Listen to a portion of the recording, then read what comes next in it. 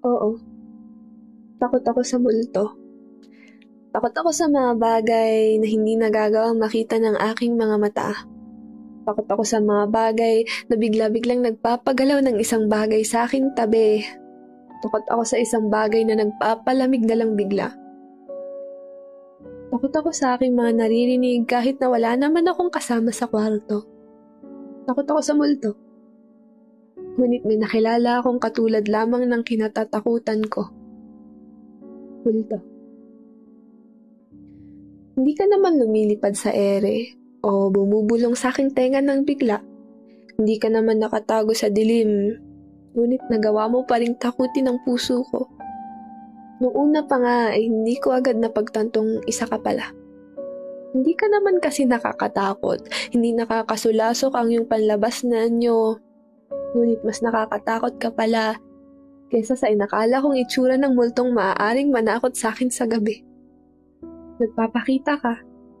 Ngunit hindi naman ako natakot nung una dahil maayos ka. Maayos kang lumapit at umaktong gusto mo akong makilala. Lumapit at sa akin nagpatawa. Matagumpay ka naman sa iyong nagawa. Napalabas mo ang halakhak na patagal lang nakatago sa aking katawan. Nagawa mong pag-aani ng loob kong madali rin namang magtiwala. Naging madalas ang ating mga asaran, naging madalas ang ating kwentuhan. Sa pagsapit ng 6:00, automatic na ang mga linya mong mais. Nagagawa mo akong pangitiin, nagagawa mong pag-aani ng sama ng loob at damdamin. Aaminin ko namang nahulog talaga ako sa'yo. Naniwala, pinagyabang pa sa tropa. Ngunit sa huli, mawawala rin pala. Daig mo pa ang multo kong manggulat. Bakit ka batat? Bakit ka naman nawala ng bigla? Sana pala multo na lang ang sakin nagpakita. Matatanggap ko pa kung ito ang nawala, hindi ikaw na nagawa kong pagkatiwalaan kahit pasaglit lang tayong nagkakilala. Ikaw ang nagsilbing gabay sa aking dinaraanan. Ikaw ang saki tagatulak at tagahilas sa tuwing ako'y napapagod na. Ikaw ang saki tunay na nagpasaya kahit na mahina ka, kahit na alam ko namang manloloko ka. Nagawa pa rin kitang pagkatiwalaan. Ganito pala talaga ang pag-ibig. Nagagawa ka nitong pagmukhaing tanga at pahigain sa sahig.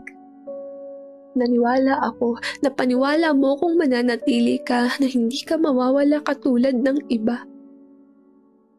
Na ako lang talaga ang nakakausap sa tuwing gabi at umaga. Nagtagumpay kang paniwalain ako. Takot ako sa multo. Pero mas nakakatakot ka pala. Mas nakakatakot pala ang mga taong lilitaw na lang bigla at sa huli ay mawawala lang din bigla. Ang sabi sa akin ay dapat daw akong matakot sa buhay kesa sa patay. Nooy wala naman akong pakialam sa sinasabi ng iba, ngunit napatunayan ko ngayon na tama nga sila. Dahil ang mga kinatatakutan kong multo ay sa dilim lang nagpapakita. Ngunit hindi naman ako hinawakan o sinugatan. Hindi nito nagawang hiwain ang aking puso, hindi nito nagawang palabasin ang nakatagong luha sa aking mga mata.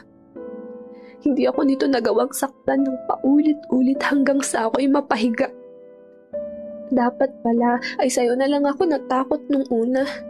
Dahil pareho kayo ng isang multong bigla na lang nagpapakita at nawawala. Pareho kayong nagbibigay lamig sa aking katawan, ngunit mas malalim ang takot na iyong naibigay sa aking sistema.